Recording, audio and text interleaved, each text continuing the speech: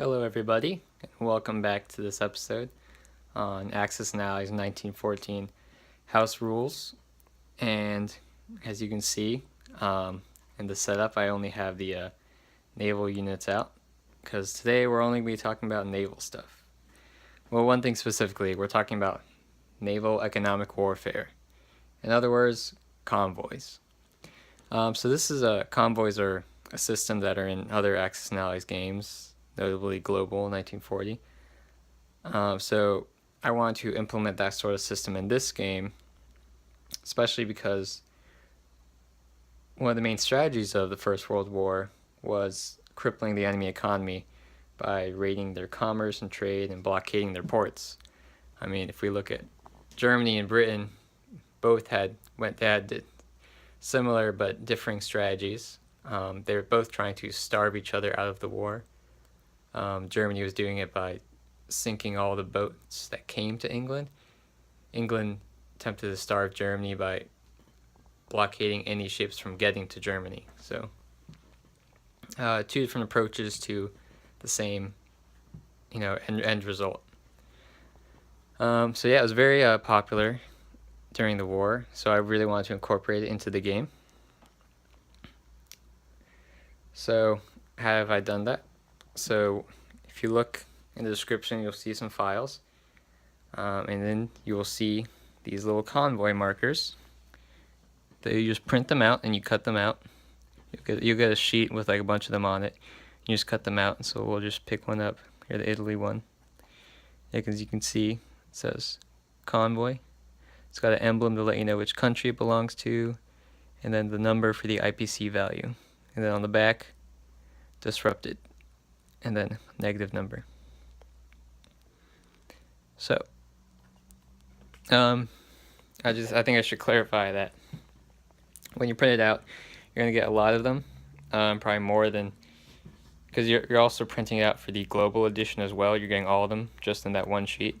So if you're just playing with the out of the box Europe, just this map, you're gonna have extras, left over, plus the Japanese one. You won't be using that, but hey, if you don't use global, that's fine. You'll just have extra ones in case you lose some. So that's all good. So basically these convoys go on the map and they're placed in the sea zones that they're assigned to, and they represent the trade, the boats, the merchants that are passing through that sea zone. So then this is the active side, and the disrupted side is when you can disrupt enemy convoys, and that means basically you're either sinking their ships, blockading their ports so the ships can't leave, or just intimidating them with your presence so that they won't even go out and attempt to trade. So basically you're trying to get your enemies, keep them from getting resources from the rest of the world, from their colonies, from neutral nations like the United States, and so on and so forth. So basically these little convoys, how I decide, so basically they have the IPC values, so that tells you how much IPC value is traveling through that sea zone. And for the most part, when I was designing it, for the most part, I feel like it represented mostly from the colonies. So if you'll notice that if you add up all the values, for example, like the French ones, if you add it all up, the number equals roughly the same amount as the total value of all their colonies, and I think the minor Allied power colonies as well. Same with Germany. I think Germany has 4 convoy zones, each at 1, so that's 4 total, and that represents their 4 IPCs from their African colonies. So yeah, same with Britain. For the most part, I did it like that. But you're gonna ask, oh, what about the Ottomans and the Russians? Well, I had to include them too, but what I did is basically, for each IPC I gave to the Ottomans, I kind of gave one to the Russians, kind of evened it out. Same thing with Austria and Italy. Italy, you'll see, is 3, so that's Libya, Somaliland, and then I had to give Austria 1, so that's the extra 3, so it balances out the 2 of them. But yeah, enough about that. I'm going to go ahead and set up all the convoy zones and the zones they go to, and then I'll start talking about the rules. And just so you know, I will, at the end of the video, I will talk about the convoys that go in the global map. So for now, we'll be just talking about the out-of-box regular map. Alright, see you soon. Alright, so let's start with a simple example. I'll go over here to C Zone 7. So we got, let's say it's Germany's turn. So here's really simple. So their subs start in this zone. So whichever C zone you start in or move through, you can disrupt the convoys. So the convoy has to be free of enemy units. So their subs start in this zone, so they can automatically just disrupt that one for Britain. Then let's say they want to send this sub this way and disrupt that one for free. So they moved in, there's no enemy units, they disrupt it. They have one more movement, so they're going to go ahead and attack this zone. So there are defending units, so they're going to have to take these out before they can disrupt. And this one's going to do something similar. They're going to go down here, disrupt the French one, and come in and help out. And then there'd be a battle, and let's say they win, eliminate the units, they can disrupt the convoy. If they lose and they get eliminated, then the convoy stays active. Nothing happens. So yeah, that's pretty much how that works. Now you have to eliminate all the surface ships.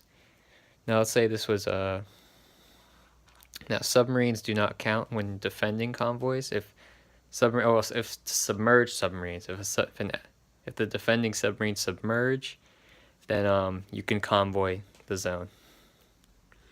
So let's say if Britain wanted to do that up here, if they wanted to attack this zone, get the German one with these ships, and they chose to submerge, then they could still convoy that zone because the submarines have hightailed to that. They're hiding. So yeah. So you just have to eliminate the surface ships. Okay, so now that the Germans have done their move, they disrupted these two convoys for Britain and this one for France. So Germany finishes their turn and France goes. So France, they can when they collect their income, it's going to be -2 because it's going to be you have to subtract the total value of all their disrupted convoy zones. So since they only have one that was disrupted here, they're going to collect 2 less than they would normally collect. And then once they collect their income, it flips back to active status. Doesn't matter if they move in a battleship, and it doesn't matter if you can't like free it, you can't like undisrupt it. You have to wait a whole turn. So once it gets disrupted, the merchant trade was disrupted. You're gonna lose the money regardless. Nothing you can do about it until after your turn. And then same with Britain, they're gonna lose their income, and then once their turn's over, it flips back over. So you have to wait a whole round. You have to wait until your next turn, until they get the flip back over. Now let's look at this example. Let's say it's round 1. Austria goes first. Now you can only disrupt convoys on your turn. So since Italy has not gone yet, they have not disrupted the Austrian convoy yet. So Austria's convoy is still open. So Austria would be able to finish their turn without worrying about the convoy. Now, I mean, on France's turn, they could move in and convoy it. Italy could do the same. Italy could, once they start their turn, automatically convoy it. So yeah. Same. That's similar over here with the Ottomans. Britain's going to go first, so they can automatically convoy that. And, just do whatever they want with those ships. Let's say they go off to fight the Austrians. Then the Ottomans' turn, they can come in and convoy that. So then Britain would, on their next British turn, they would lose that money. So that's basically how it works. Those are convoys. That's essentially how it works. So the last extra part of this rule set is Yeah, should mention that. Yeah, so as you can see, the if you remember from that example, the German ones, you can disrupt multiple convoys as long as you have enough movement to do so, and as long as no one blocks your combat moves. So yeah, just should clear that up. So yeah. So yeah, last part of this rule set is unrestricted submarine warfare. Um, so it's kind of similar to the out of box, where the Germans can declare at the beginning of any round, but this time, basically, when they declare it, all the Allied convoys for that entire round, the effects are doubled. So, for example, with the French one, if this one was disrupted, instead of being just 2, it would be just 4 for an unrestricted submarine warfare round. Now, declaring that any round, on the first round, it does bring the United States into the war, if they're not already at war. But any subsequent round that the Germans declare it, a neutral nation of the Allies' choice will join the war on their side. So let's say Germany declares unrestricted submarine warfare on round 3, they bring in the United States. And then on round 4, they do it again. So now the Allies are going to choose a neutral to join them. They're going to choose Spain, and they'd be activated immediately. Yeah, that's basically the rule set. So this video is getting kind of long, so I have to talk about the global setup convoys in another video. But I hope you like it. If you have any questions, put in the comments. Tell me what you think. Like the video if you like it, and subscribe for more videos. And yeah, the files are in the description. So, all right, look forward to seeing you guys next time. All right, bye.